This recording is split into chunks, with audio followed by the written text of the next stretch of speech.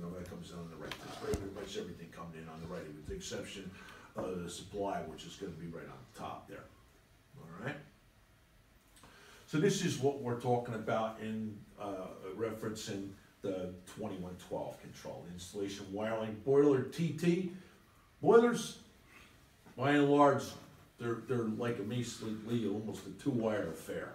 All you really need to know for this is going to be hooking up the line voltage to the boiler itself, L1 and L2.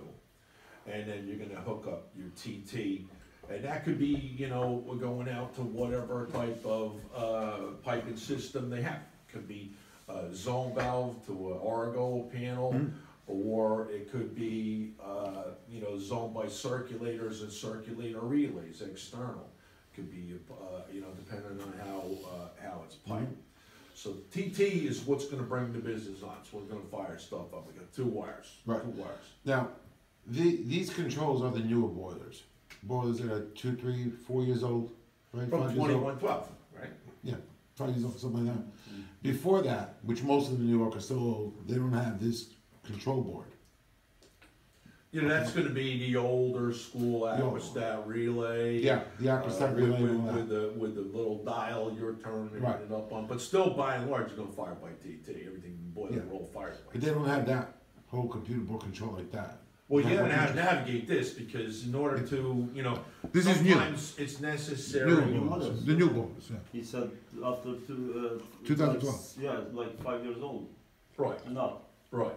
So this is different, completely different. It's easier when you're doing a new install or to even troubleshoot it. It's easier. Yeah, well, it's just going to give you codes. It's going to give you stuff where you know, another boiler doesn't have this type of controls. It's not going to be able to do that. So over on the right-hand side, you're going to see a series of 3 contacts with a big red X over them. It's an indicator that maybe we don't use them for the thermostat. Okay. So you don't hook the thermostat wires here.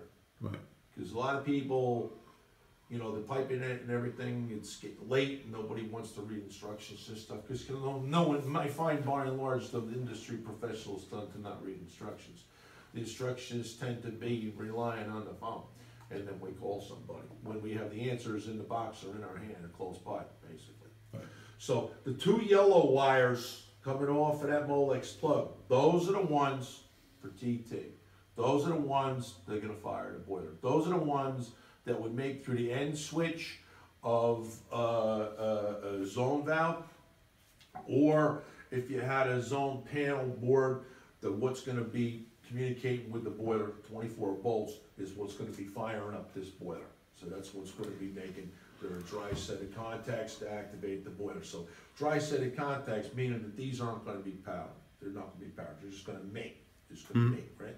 So we could use isolation relay if we had different voltages. It's not going to. We're not going to mix 2 different voltages. Sometimes if you had another zone panel was powered by a different transformer, if you didn't get the commons right, you could put 48 volts to this thing, which would be no good. Right. Problematic. So that's once I bring up the wiring diagram too, it'll be a little more clear. But we want to make sure you know that this out here is Econ, and Econ is for accessory control to use outdoor reset. That's like a link for your outdoor reset, like a CAN connection for outdoor reset. So here's what we're talking about, right? But to know it and see now, all this is showing you right here that the 2 yellow wires, they're coming out of the Molex plug. Okay, and that's going to be what's going to bring on the boiler for the TT. That's your thermostat. That's the thermostat. That's the external thermostat. It could be in a room somewhere else, and those 2 wires. That's all you need. Everything else is internally wired on a new startup, new installation. Right. The rest of it's going to be like the wiring harness for your you know, wiring harness. I say wiring harness because we include a wiring harness for the circulator. You don't have to wire that separate. Some other manufacturers just give you a circulator. You got to wire it all up. You know. So this makes it a little bit easier. The wires are long enough to be able to, you know, certainly make it from the boiler control over to you know, the circulator itself. And then we got L1 neutral and the ground, 115 volts. So high voltage comes in over here on this Molex plug, which would be P3. Okay, that's going to be your high voltage. and your thermostatic control is gonna be over here on the two yellow wires. Most times you're gonna have some type of zone valve. Most every boiler is gonna operate with some type of zoning. Very, very seldom do you're gonna just see one stage with the thermostat connected direct to the boiler.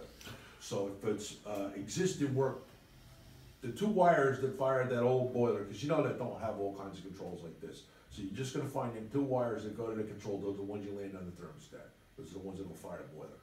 I don't like saying thermostat with boiler, because like I said, very seldom do you see one thermostat connected for one boiler and the whole, you know, just the thermostat controls the whole damn house like that. You got multiple zones. Multiple zones can be in conjunction with the series of zone valves. Them series of zone valves will be keyed by the thermostats, right? And then the end switches are all ganging together in parallel, and they're gonna go to TT to fire the boiler. Did you guys get that? You understood that? You know what he means by zones, right? Yeah, so that's kind of important. The thing is, all of the, I'm not talking about the New Jersey right now. I'm talking about New Well, I York. work in New York too, so. Okay, but what I'm gonna say in New York, actually, you doesn't have any like a lot of thermostats on house. Usually, they control only with one thermostat complete house. Usually, There's some, about 50%. you can say That's even easier. Okay, Yeah. if it's less, it's easier. Right. Right, it is. I'm just preparing you for Yeah. a worst case Right. scenario. I understand, Right. but what I wanna say is because they complain because they put one thermostat. That's a whole different story. And I get that. We'll talk You know about what that as we go. What he's saying here is this TT doesn't matter how many zones you have. It just goes to two wires to the TT, Yeah, and that's everything else is controlled. So you don't have to worry about that. Right. That's the whole point. That's it, Get it? that's it. Anything else that you're talking about, which is the point, is for other stuff. So Well, as we go along, anything that you got questions on, I'll try and clarify the Yeah, best of that's my ability, of course. I'm not just gonna blow you off and say, well, you know, worry about that when you're there, you know? Yeah.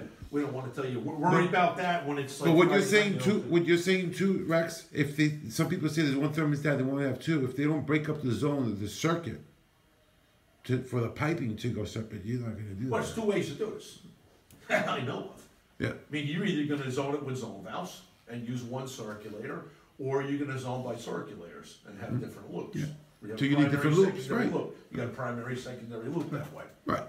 So that's how we look to integrate boiler zoning, and that's gonna also depend on how the thing is piped. If you only got one thermostat, well, it's a cakewalk, because you get two wires to connect to, so it's you know, pretty easy to do. Okay, so this is what we're talking about.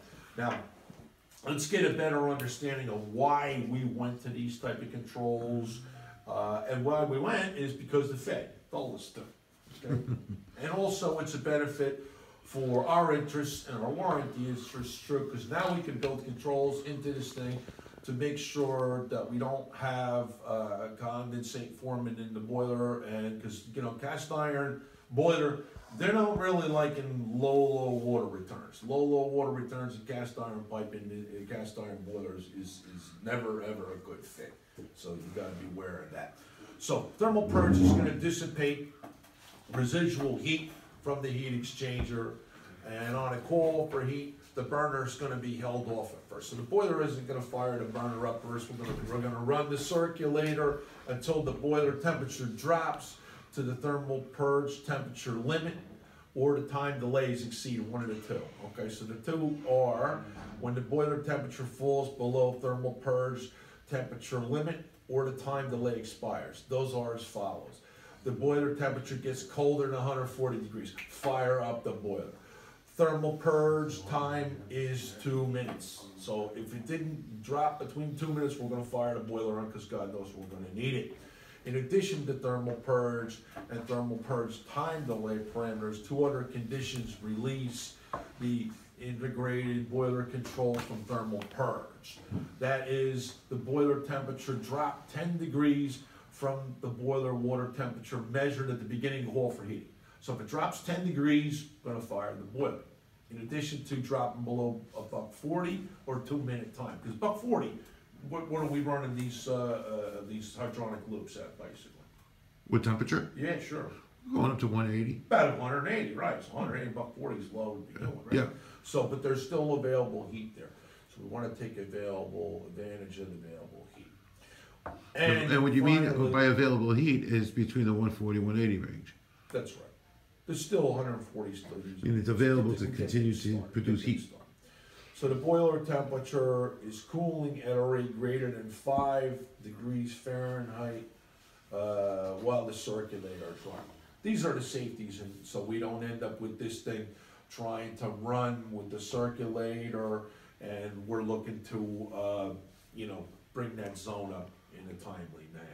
But this is taking into consideration of the available energy that's already stored within the boiler and putting that out in the zone, and that where we can use that available heat rather than stagnant in the boiler. That's the whole purpose of the enhanced controls. The older boilers, they just the circulator start, the boiler fires up, and there's none of this stuff with purge going up.